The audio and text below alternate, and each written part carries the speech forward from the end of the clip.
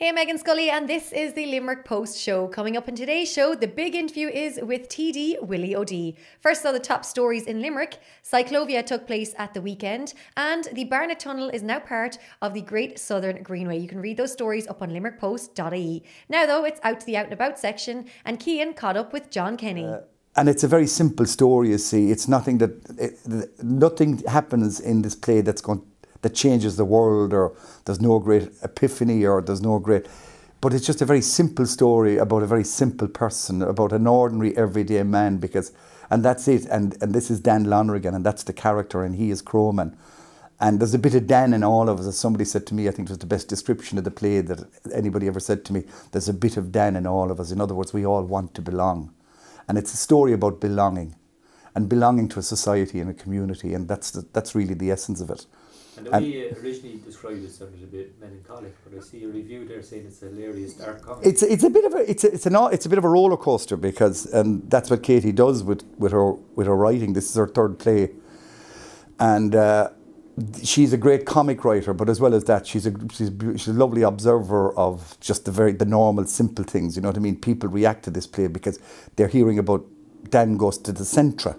Everyone knows the Centra, or the Polish shop, and she speaks about things that are very relevant in her lives, and they just twig little things with people say, oh, well, sure, I do that, or I know someone that does that, and an elderly person who goes to the Polish shop is not sure what they're buying, but as the character says, like, there's great value there, but there's always a bit of a surprise to find out what you'd end up bringing home out of it. But there's a bit of an adventure in it, you know. So there's so much inside in the writing that is just so normal, and this is the thing, the whole piece is just so normal, it's so everyday. And that's the magic of it. I think that's why I think it connects so well to people, because they can see themselves and see other people in it, you know. And, is there anything that you took away from it yourself while performing? Oh, well, huge. I think there's a huge... I suppose the fact that I kind of worked on it with Katie and we put it together, you know, I think there's a lot of Dan in me, and there's a lot of me and Dan, you know. I don't think you can kind of, you know, go into something, even when we were working on it for a couple of months, and that you don't leave some bit of yourself on the script, and you leave a huge amount of yourself on stage every night, because you couldn't do the character unless, you know, if another performer took up the script, there would be a different Dan there, because I think everyone brings something different to the table. So, yeah, there's a lot of Dan in me, and I said there's a lot of me inside in Dan as well. So I think that goes. You have to do that, like, and, you know.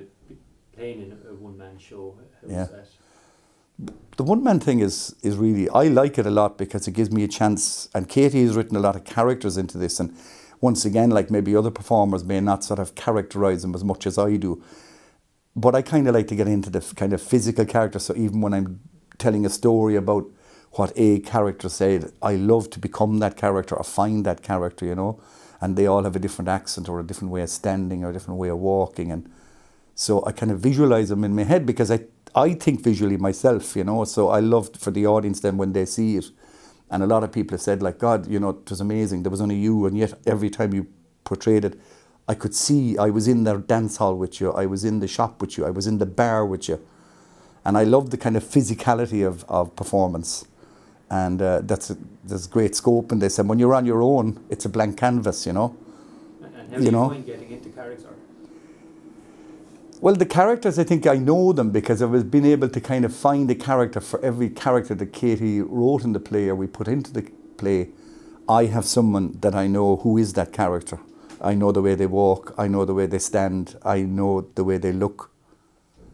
And you have to find those characters. It's not just me acting, like, in a sense, like it's me imitating someone nearly. Let's be honest about it, is all I'm doing, you know. And so I enjoy that very much, and I kind of getting into characters it's lovely. And then when you have that variety of characters as well, that you can hop out, like, and maybe do 3 or 4 different characters one after another, like, and they're talking to one another each time, they're just whispering, and they're all different individuals, you know. So there's a great bit of fun in it and excitement in it, and I love it, and I love accents, and I love kind of physical stuff as well. So it's been on tour in a couple of times over the summer, and we can see some of the reviews to your left there. How has it been received by audiences? Well, I wouldn't mind some of those people now, so it was brilliant, and a masterclass in this and that, but you put those up in the post to sell the tickets. But no, it has been received pretty well, like, you know. And I'm amazed, because it's a bit of a roller coaster for an audience. It's kind of hard work, because emotionally, like, it does really have you you're laughing, and in the next second then you don't know what's happening. It's like you're gone into this different place altogether. So it's a bit of a roller coaster, you know. But the reviews and touring with it have been, it's just been so exciting, because seeing what an audience gets out of it as a piece, and I say it's just a very ordinary story, like there's no big major plot here, like there's no one saving the world here. It's just a simple thing about somebody says something, and all of a sudden that one small thing that an individual can show by an act of kindness to another one, how it can change someone's life, I suppose. So that's what's interesting about the piece, you know, and I think the audience get it as well, and that's been the reaction we've been getting on tour with it, that people come in, because it's a new play, people don't know what to expect, you know, they just don't know the piece, and they just, it kind of does hit them in a lot of different places, you know. So yeah, it works, you know, it works, I think, you know. And you'll be bringing the play to the Lime Tree here in Limerick. Yeah. What does that mean to you? It means, well, it means a lot, like, I mean, I haven't done a solo piece in Limerick now for a while, you know, so, and it's nice, and it's a new piece of writing as well, so that's really exciting. And also by a writer who's, you know, she's only, I won't say she's, you know, what's geographics like? She's in Charleville. The borderline between Limerick and Charleville is just about 25 metres near the Deer Park Hotel in Charleville. You walk 25 yards this way and you're in County Limerick. So like, Katie is as much part of County Limerick as I am nearly part of County Cork, you know, at these boundaries. And that's why the play is, for me, is lovely as well, because it's written in that dialect, kind of a dialect that I understand, that I'm surrounded with. You know, if you go out that way, this is the way people speak. So that's lovely to have a piece of writing that's actually written in your own language. You know, your own interpretation of English, basically, you know. So I think that's what's really exciting about the piece as well, because it's local. It's from where we are. It's rooted in County Limerick, you know, on the Cork-Limerick border, which is beautiful. And it travels, you know. It works, you know. Thanks very much. Not at all, not at all. Thanks for having me on. So we're here in Copia Green on the Dublin Road in Castletroy, and I'm joined by Cassia, who's the restaurant manager here, and Pat, who's the MD. You're very welcome to the show. Thank you, Megan. Now, let's get straight into it. This is Limerick's little hidden gem, little secret. Not many people, well, actually, a lot of people do know about it, but we want more people to know about it, because this is one of Limerick's healthiest places. Can you tell me, Pat, how it all began? The concept began, I'd say, about 2 years ago. Our parent company is called MasterChef, so we have a fairly large organisation based all around the country, with our headquarters here in Limerick. Copia Green came about because I wanted something to showcase what we were about in terms of quality and sustainability, and the standard and style of food that we serve. And I wanted to do it in a healthy and a sustainable way. Now, we are, of course, celebrating your first birthday. Happy birthday to Copia Green. Thank you very much. You're doing something a little different now to celebrate it. Yes, so what we're planning to do is we're going to launch our new dinner menu. We're starting Saturday, and we're going to go from there. We will be opening every Friday and Saturday for start. We're really looking forward to do that, and we can't wait. Now, you obviously serve breakfast, lunch, now dinner as well. Can you tell me about the produce that you have here? So all the produce that we're trying to serve and cook with, like, they're coming from the local suppliers. So all our veggies and salads and fruits coming from the New Leaf Urban Farm, which is just around the corner from the Baliniti. And we're trying to do that the same with the mushroom, as you mentioned before. The column, he's bringing his own mushrooms to us. And so basically the meat is local sources and everything like that. They much as we can. We're using organic products. Of course, it all depends on the season, you know, like, so we're trying to change our menu as well as the season goes. And yeah, the chefs are really proud what they're doing, and they cooking everything from the scratch, so we're not using any ready sauces on the relishes or anything like that. Everything is 100% homemade. My mouth is just drooling here just thinking about it all. Pat, tell us now, of course, about the menu. It's an extensive menu, because you cater for everyone: carnivores, vegans, anything at all. Can you tell me a little bit about it all? Yeah, we do, and I think maybe at the beginning we got a little bit pigeonholed that we were just a vegan and vegetarian restaurant. Yet we're vegan and vegetarian friendly, and we're very conscious of their dietary needs. But yeah, we serve everybody. We have beef, lamb, chicken, fish. Everything's on the menu. So With the dinner menu now, we have some very interesting dishes on there. We have local lamb loin with velvet cloud sheep's cheese. We have steaks on the menu. We have multiple dishes on the menu. Yeah. Speaking of the menu, what's your favourite dish? I think it'd have to be the local organic lamb loin with velvet cloud sheep's yogurt and baby beetroots. It's a really wonderful dish, and it showcases what we have available to us locally. We've been practicing the dishes. Our Camille, the chef, has been showcasing us, I guess, the dishes before we finalise the menu. So there's a lot of work gone into it. There's an awful lot of work happening in the entire development that's around us here as well. So the timing is appropriate. It just sounds incredible. And what a tough job you have, having to taste and trial all these dishes. I know, yeah. Someone has to do it. Cassia, what about you? What's your favourite thing on the menu? To be honest with you, I love most of the dishes, but from the breakfast menu, the porridge is absolutely amazing, and then the hummus eggs, they're absolutely, the mix of flavours is so amazing. So you're also award winning. You won the Best Free From Award. Can you tell me about that and how you managed to achieve that? Oh yeah, that was a really great achievement. So you see all our desserts and in general our cooking, we're trying to allocate to everybody with any allergens or anything like that. So our desserts are sugar-free, they are dairy-free, and they are gluten-free also. And then in general the kitchen, our sauces are gluten-free, and we're not using butter for cooking. We don't have a fryer, so nothing is deep fried or anything like that. So yeah, that kind of make us be a little bit special and different to the others. And you are just showing that you can have really tasty, scrumptious meals that are super healthy as well. Yes, that's it. Yeah, exactly. Another thing as well that I have to say I love is the juices, but a lot of people probably, I find I drink oat milk and not many places serve oat milk, and anytime I'm crossing here I'll always stop in for it. So I have to say your oat milk lattes are one of the nicest in Limerick. And we also have the almond milk. The almond milk is homemade as well. People love that, and they're coming and we're selling a lot of almond coffees and chais and everything like that. So that's another kind of really good one. You have to try that. Oh, I'm telling you, I'll be rolled out here, so I will. Cassie and Pat, thank you so much for chatting to the Limerick Post Show, and all I can say is happy birthday to Copia Green and congratulations with everything. I know it's going to be a massive success. Thank you very much. Thank you very much. Thank Limerick for the launch of Judy Curtin's book, Lily and Lissadell. Congratulations, you must be absolutely delighted. I am thrilled. I'm really, really thrilled. It's a lot of hard work, and when you see it in a real book, it's very exciting. Can you tell us a little bit, without giving too much away, what the book is all about? It's set in 1913, and it tells the story of Lily, who was a very poor girl who has to give up school and to go and work in Lissadell House.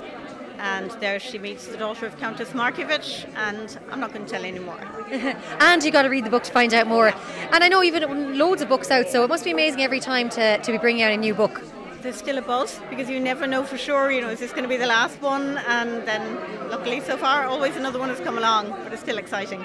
Can I ask, what is the creative process for you? Do you have to lock yourself away to get writing, or do you have to set yourself up into a routine, or what is your style? I get the idea first and I keep it in my head for a week or two, and I do a lot of writing in my head, and then once I start writing, I write fairly consistently a few hours every day. Wow. Well, I have to say I absolutely love the book, and I love the colours, the cover, everything about it is absolutely stunning. Yeah, the publishers did a great job on the design. I'm really pleased. You should be, and congratulations again. And of course the book is available now from O'Mahony's, and we wish you all the very best for tonight. Thank you, Megan. Thank you.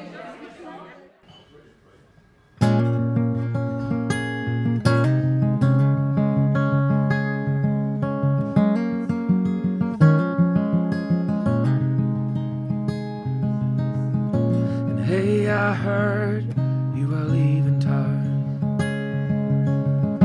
I needed a change, now I'm not around. And hey, I heard you were going away. And maybe I could have made you stay. And hey, I heard that you find a place by the water, and it never rains. And I heard that you're happy now. And there's a boy who can make you smile. And all I wanna do is take you to the city, take you to your favorite part of time, and you'll dress up in all your favorite clothes, just so I can dress you down.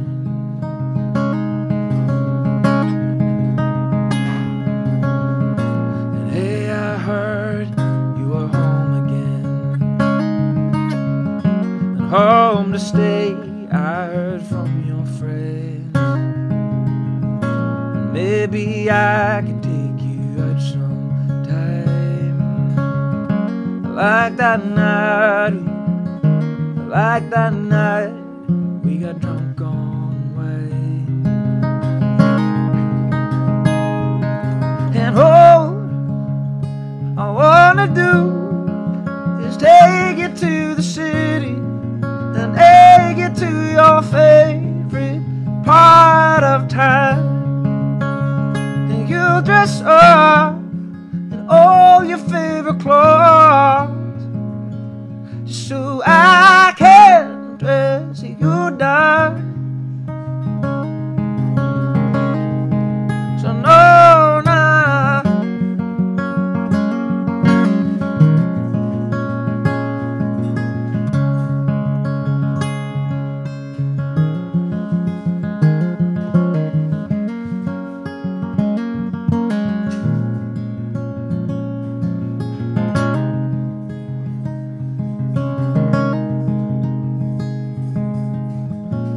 Hey, I heard you were leaving town.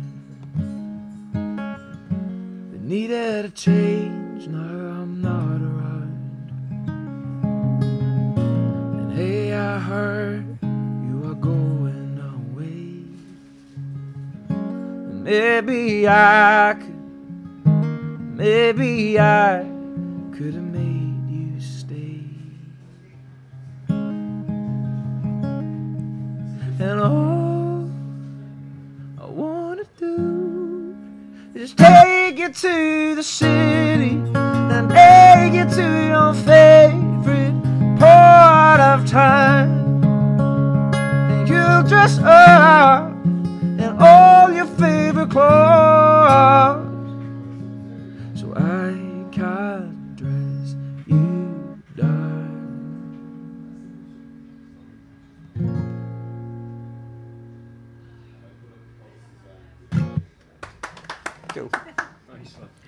For the full interview with John from Little Hours, head over to limerickpost.ie/show. Now though, in studio I was joined by TD Willie O'D. Do you know what? He needs no introduction, but I'm going to introduce you anyways. It's Willie O'D. Thank you so much for coming on the show. Delighted, Megan. Can I say, great to be here. I've been trying to get you on this show now all summer, but I've heard you had a very busy summer. I had well, I suppose it was quite busy, and I suppose I made it busier myself. You know? But anyway, between one thing and another, I'm very sorry I'm so late coming into you, but it's a real pleasure to be here anyway. Well, we have you now, so we'll be getting you back in again. I know I do see you. I look forward to it. I see you walking down Henry Street a few times, so I might nab you for a few interviews as we go along. No problem at all.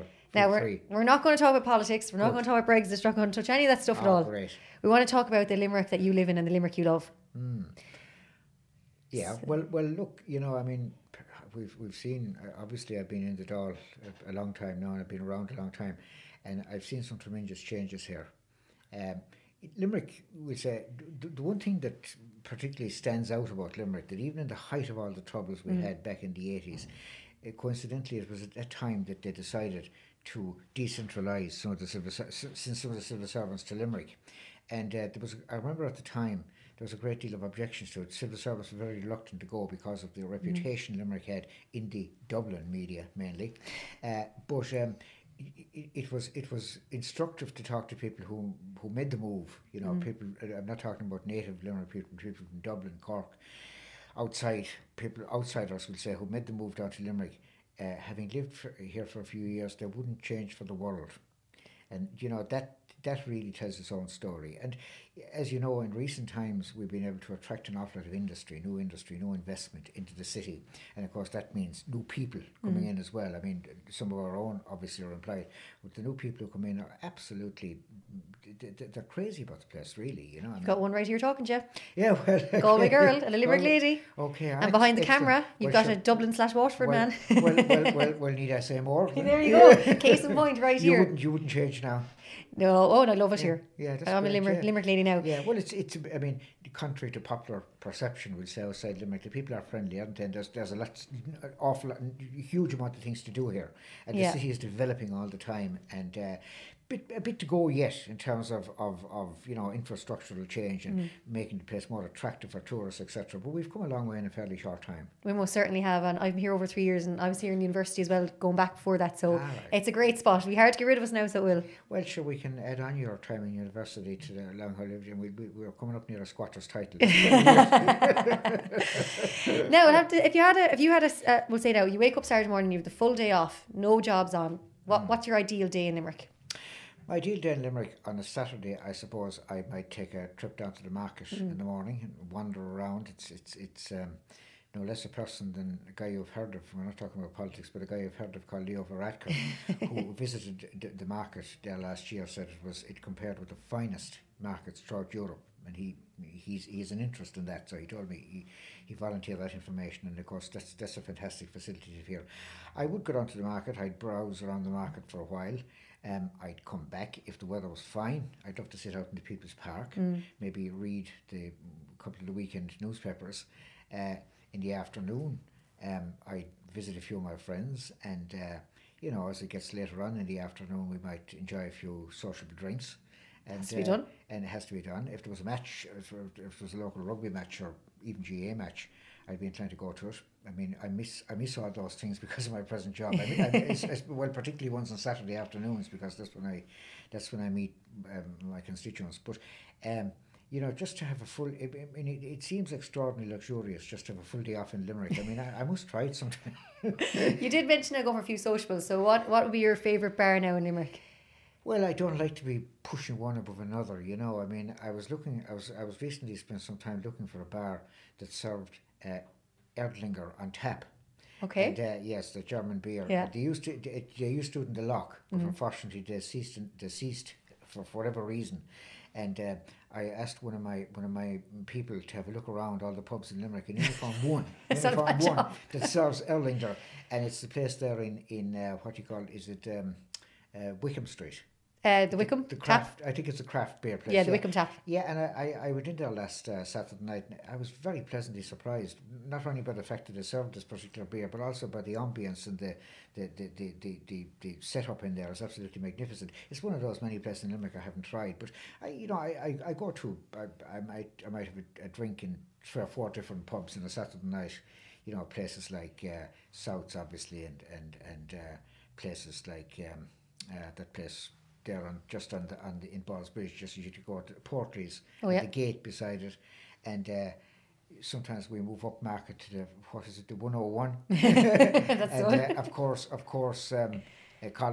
Collins Place, and good spot. Collins Place, and of course the other Collins, Tom Collins, isn't it? Yeah. And places like that, you just sort of mixture. It's very good. I used to go to the A1 bar on the Dublin Road until they decided to sell it. Now it's been converted into apartments. I used to go to the Geraldine, and again, unfortunately, that is sold and is due to be turned into apartments.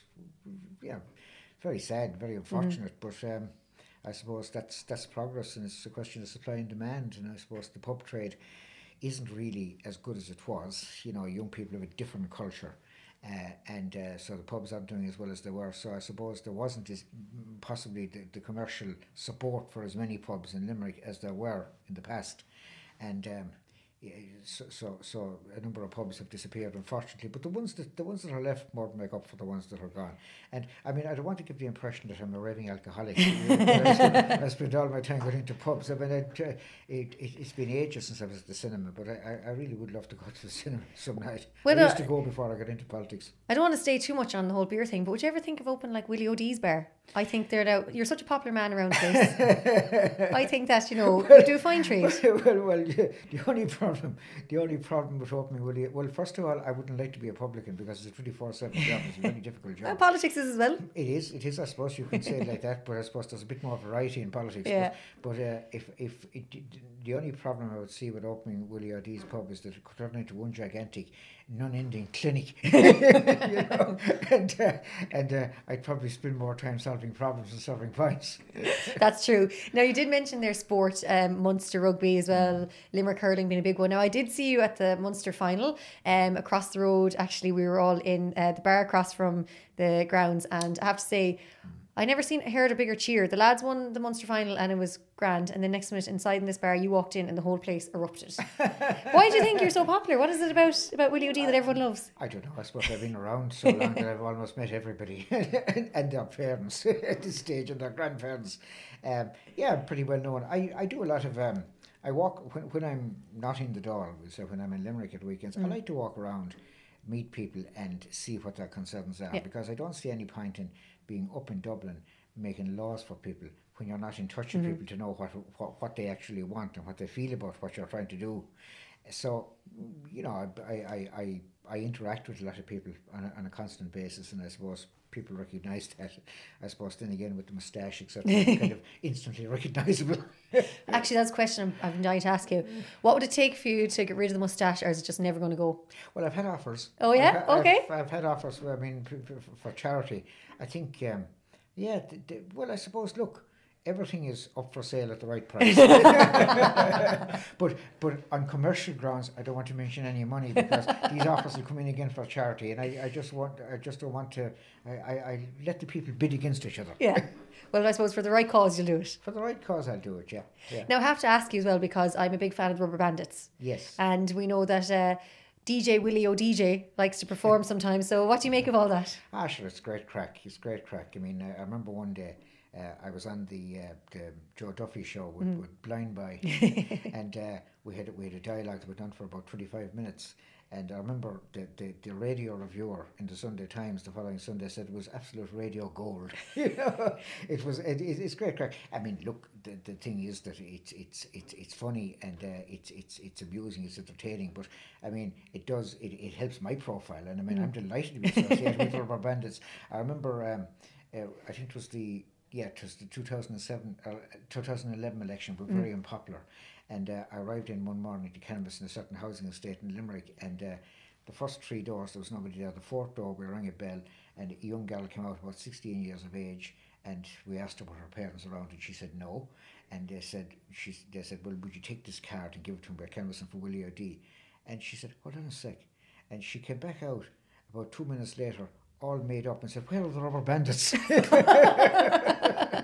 Well, there you go. You can take the lads with you now the next time you're going out. Oh, I'd love to have them with me. Yeah, I'd love to have them with me. I mean, they've been, well, I mean, in fairness, they're very, very able guys. They're very bright guys, and they've been hugely successful in the United States in particular. Yeah. And I know some of the families, and very good people.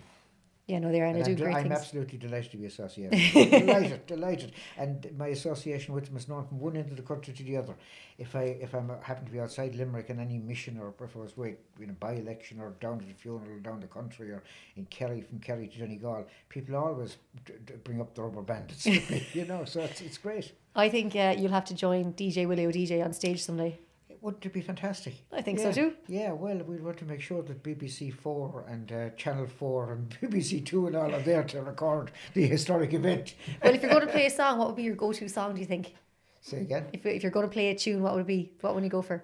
Oh, it has to be that Rubber Bandits one about the horse outside. that was fantastic. There we go. That could be a theme tune now for your next campaign as well. It could be. There you go. Yeah, it could be. We're on to something here. Some people might.